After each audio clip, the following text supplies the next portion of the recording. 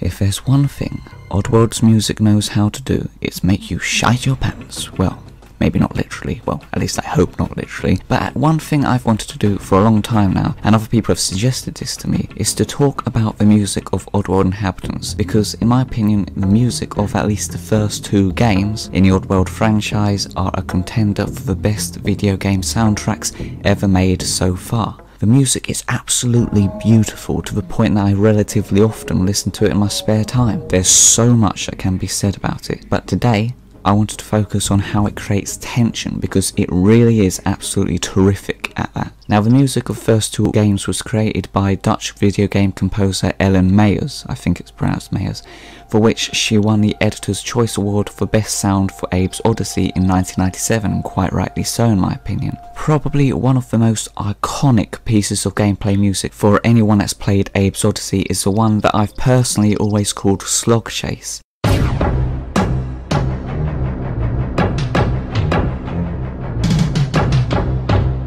Upon further research, I'm not sure if these songs actually have official names, they probably do, but for this one track alone, in a brief search I found it being called 3 different things, so I think people just tend to call it whatever they want. So Slog Chase is the piece of the music that plays, you know, when you're getting chased by slugs or whatever it may be. But before you get chased, the music builds tension.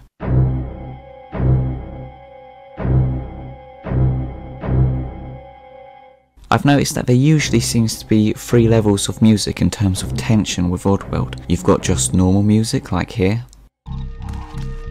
Then when an enemy is nearby and you're in potential danger, generally the music changes to create tension. A device Meijers often uses to build this tension is an eerie rising note.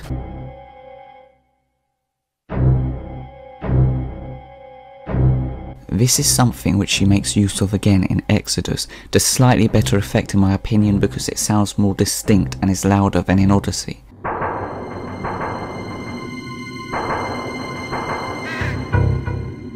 That right there, known as Necron Jungle Fleech Encounter, absolutely symbolises terror in Exoddus for me, and reminds me of the first time you encounter the Fleeches and just how as a kid those things were to me the scariest and most dangerous things in the game, and the music just fits it perfectly.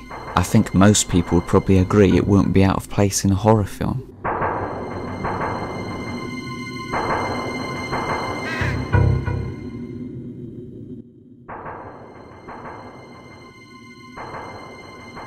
The rising note is accompanied only by a short and relatively slow rhythm of, for example, sudden offbeat or rather random drums in the Slog Chase music. This is perfect because if you're trying to build tension, you want gaps of quietness as opposed to loud upbeat music which would completely prevent tension from building. This is why horror films often have pure silence or very little quiet music before a part intended to be scary or surprise the viewer. It puts the viewer, or gamer in this instance, on the edge of our seat.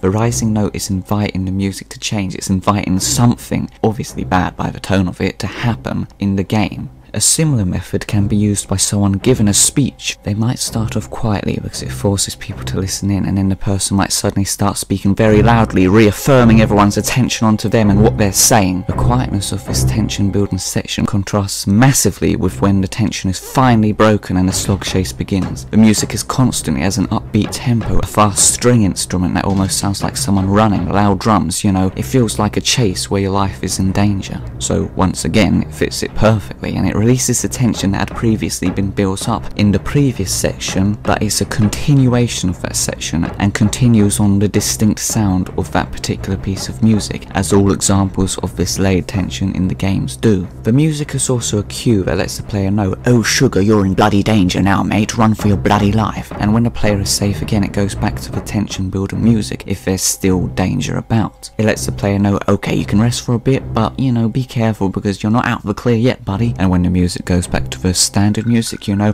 okay, you've made it, you're safe now. It's actually really clever and amazing how Oddworld used music and just general sound to such great effect as indicators in these games. I don't even know if there's another game that's done that like this. But moreover, it shows the talent of the composer that she's been able to not only use the music and sounds as an indicator for gameplay, but also used it to build atmosphere absolutely imperiously. I think in every aspect in game making, there's always two aspects to the game, in my opinion at least. There's the gameplay and then there's the story. To have a composer that enhances the gameplay by using the music as indicators completely fitting in with each other while also building a story by having so much gravitas and atmosphere in her music is incredible. On a last rather contradictory note, while filming footage of the game for this video, I noticed something when I loaded up Stockyards. I'll play the clip and you'll probably notice it straight away.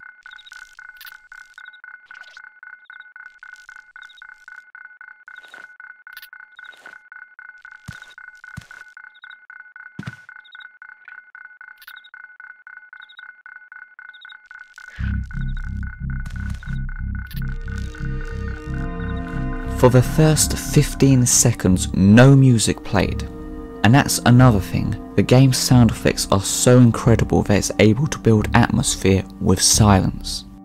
This part of the game is a nighttime setting and you're on your own alone outside. In real life, all you would hear in this situation is silence and ambient sounds, making the first 15 seconds after loading into this section purely diegetic sound is genius.